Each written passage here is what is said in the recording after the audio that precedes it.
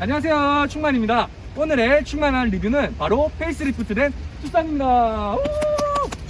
오늘 차량을 예약을 해놨는데 공교롭게도 비가 와서 지금 비 맞고 촬영하고 있거든요. 조금 양해 좀 부탁드릴게요. 이렇게 비 맞으면서 열심히 하는데 구독해주시면 감사하겠습니다. 자, 투싼데 스포티지거든요.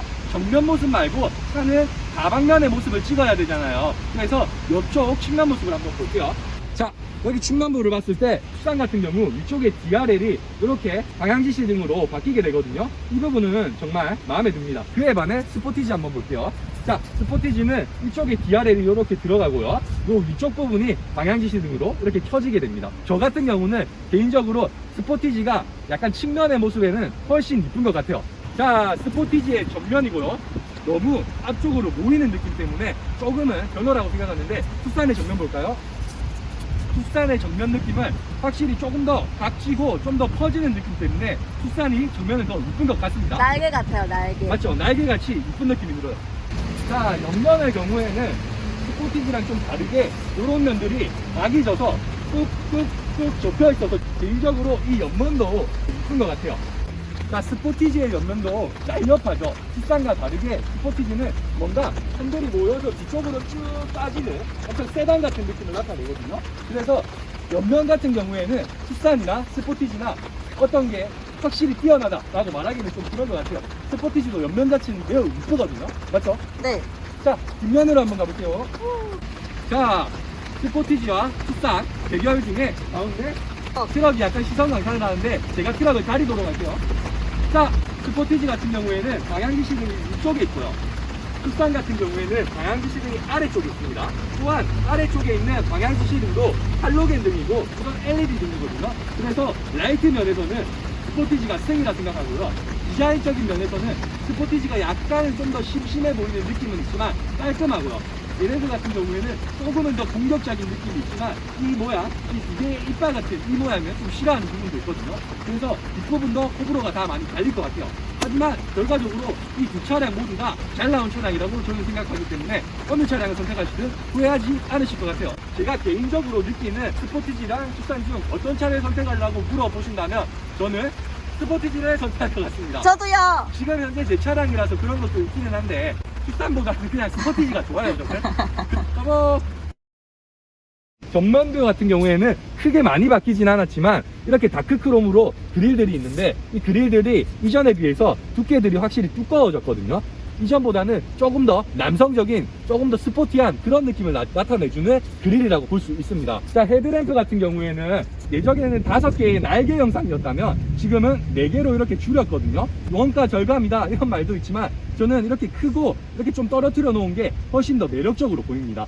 투싼은 제가 마음에 안 드는 게 후드가 둥근 면, 이 둥근 면보단 약간 더 조금 더 각졌으면 훨씬 더 멋있었을 것 같아요. 좀 매끄럽게 둥글게 가는 점은 여기 있는 앞부분하고 그렇게 이어지는 느낌은 아닌 것 같아요. 이번에 조금씩 각을 많이 줘가지고 확실히 이 부분들이 울퉁불퉁 각이 딱딱 져가지고 확실히 남성적인 디자인이 앞쪽부터 옆쪽까지 쭉 이어지는 것 같아요. 이것도 보면 항상 이렇게 접혀져 있고요. 여기도 이런 식으로 이렇게 모서리들이 날카롭게 쭉쭉 각이 져 있거든요. 이 각들 하나하나가 앞쪽도 그렇고 옆쪽도 그렇고 뒤쪽도 그렇고 다 이쁘게 잘 맞춰진 것 같습니다. 휠 하우스 부분은 이렇게 블랙 하이그로시 재질보다는 약간 플라스틱 재질로 만들어 놨고요. 휠 같은 경우도 이 차의 앞모습이랑 비슷하게 이런 각진 부분들이 많이 표현이 돼서 조금 더 강인하고 세련된 느낌을 주는 휠 디자인인 것 같습니다. 그리고 후면 같은 경우에도 이런 쪽에 하나하나 디테일들이 살았거든요. 이렇게 날개처럼 섬세한 포인트를 나타내는 점은 엄청 좋은 점인 것 같아요. 또 하단 부분도 좀 바뀌었는데 하단의 부분도 훨씬 더 깔끔하게 변한 것 같습니다. 하지만 제일 에러가 있는데 에러가 바로 방향지시등이에요. 이 방향지시등이 예전보다 더 내려간 것 같아요. 그래서 이거 같은 경우에는 진짜 법적으로 조금은 바뀔 필요가 있을 것 같아요. 뒤에서 가까이 붙으면 진짜 안 보일 수가 있거든요. 그래서 이 점은 저는 정말 별로라고 생각합니다. 방향지시등 한번 켜볼게요. 또한 방향지시등이 할로겐 등을 쓰고 있거든요. LED 등이 아니라는 것도 정말 이 차의 한 가지 흠이라고 볼 수 있을 것 같아요. 이 방향지시등이 이런 쪽에 들어왔으면 얼마나 좋을까, 이렇게 등도 있는데 이런 데 들어왔으면 얼마나 좋았을까 하는 아쉬움이 좀 많이 남습니다.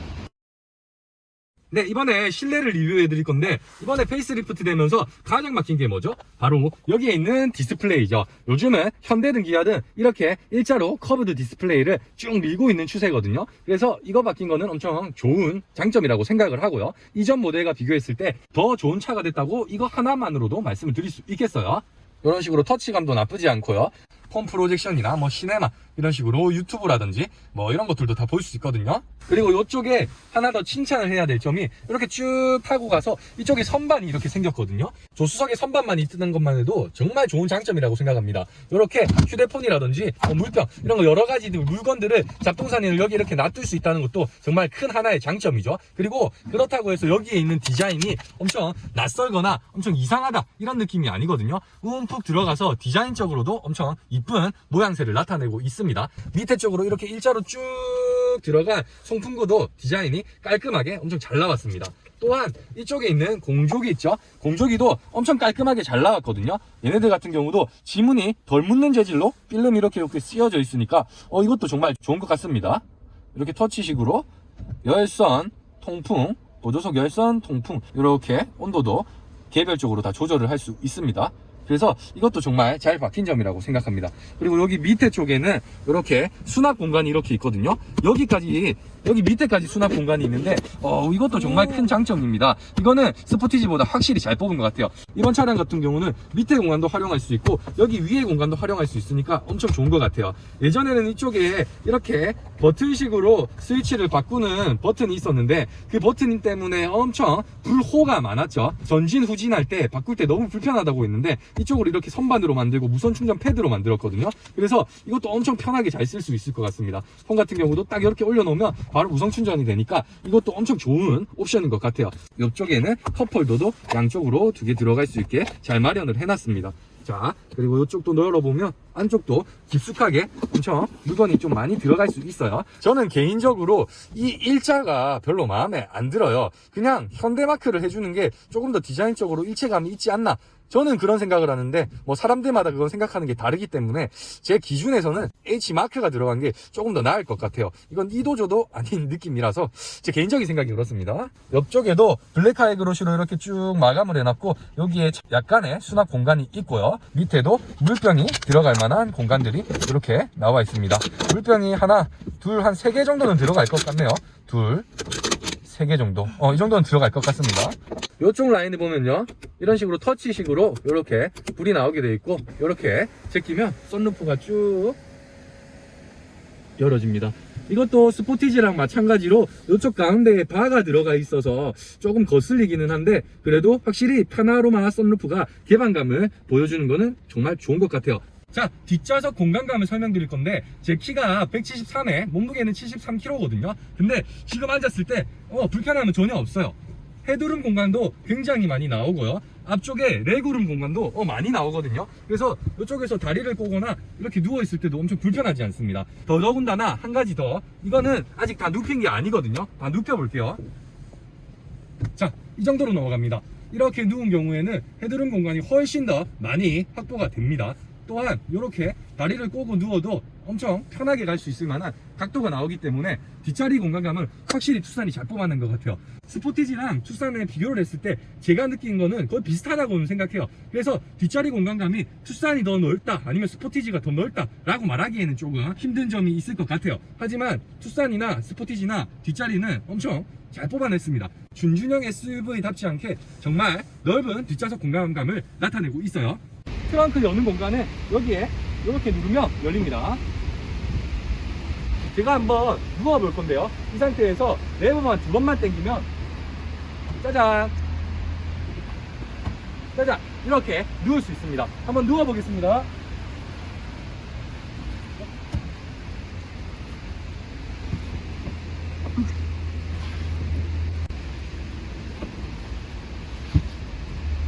자, 공간감은 엄청 막 넓다는 건 아닌데 혼자 누워있을 수는 있을 것 같아요.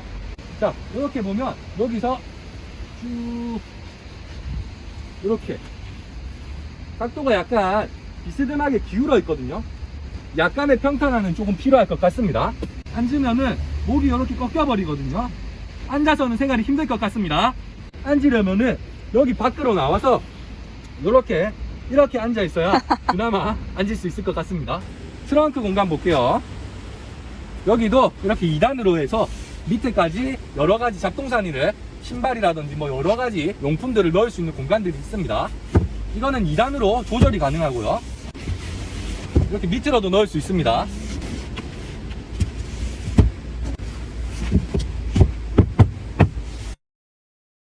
미션이 자동 미션이다 보니까 변속의 느낌이 확실히 부드럽습니다. 그리고 DCT 같이 덜컹덜컹 거리는 느낌은 없습니다. 가속 방지턱을 한번 느껴보겠습니다. 자, 30km로 가속 방지턱 지날 때 이것도 스포티지랑은 제가 느끼기에는 큰 차이는 없는 것 같아요.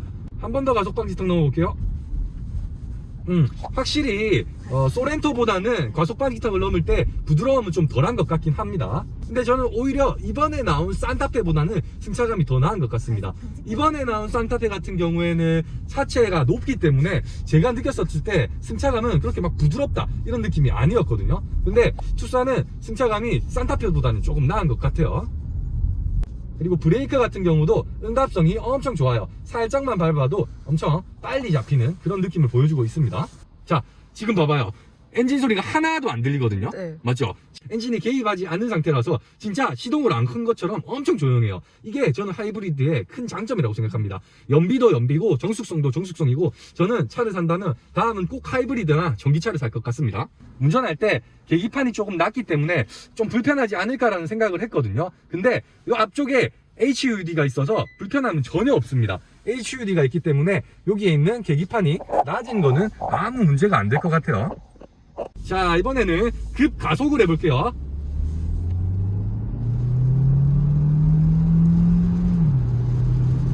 오, 부드럽다.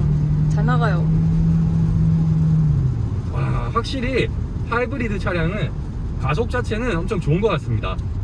마력도 그렇게 약하지 않는 마력이고 토크도 그렇게 약하지 않는 토크이기 때문에 확실히 주행을 할 때는 좋은 것 같아요. 하지만 노면 소음 같은 경우에는 저속을 달릴 때는 괜찮았는데 약간 고속으로 가니까 조금 노면 소음이 많이 느껴지기는 해요. 하지만 엄청 거슬린다, 노면 소음 때문에 엄청 불편하다, 이런 느낌은 아닙니다.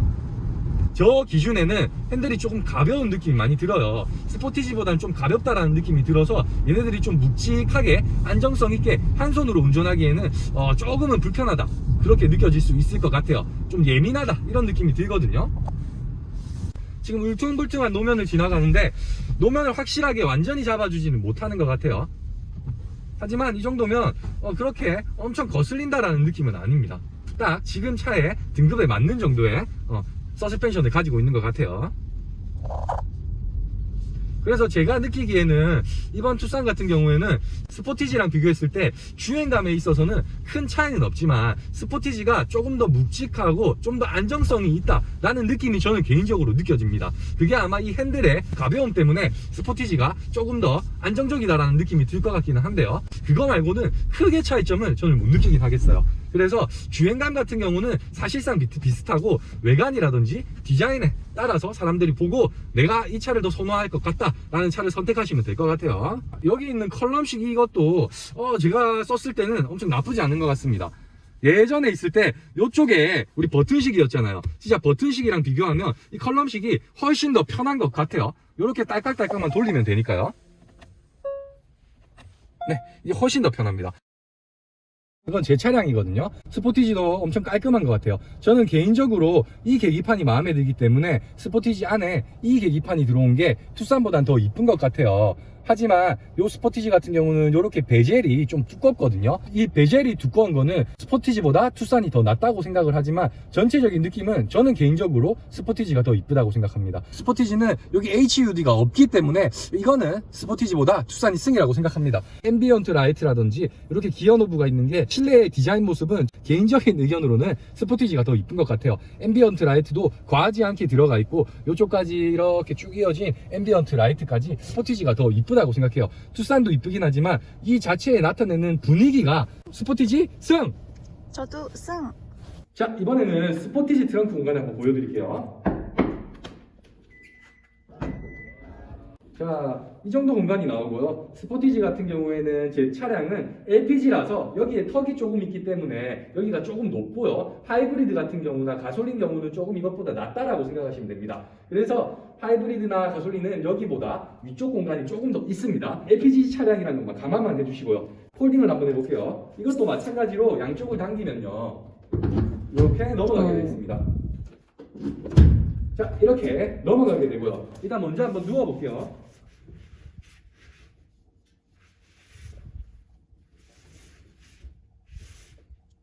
공간은 이 정도가 나오는데 이거는 LPG라서 아무래도 턱이 높으니까 앉아있기 더 불편합니다. 자, 평탄화의 높이를 보면 확실히 평탄화가 돼 있는 걸 볼 수 있죠.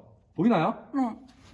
그래서 이거는 일자로 확실히 투싼보다는 조금 더 평탄화는 됩니다. 그래서 여기에는 키 작은 분들 같은 경우에는 뭐 조금 더 앉아서 생활을 할 수는 있겠지만 그래도 앉아서 생활하기에는 조금 불편한 높이고요. 이것도 마찬가지로 여기 끝에 와서 걸터 앉아야 앉아서 생활을 할 수 있는 상황이 됩니다. 투싼이나 스포티지나 트렁크 공간은 그렇게 큰 차이는 없는 것 같습니다. 그리고 제 차량은 여기에 식박능을 달아놓은 거지 이거는 옵션으로 나오는 건 아니고요. 그리고 이 위쪽에 이 거리도 제가 따로 장착을 한 겁니다. 우산거리.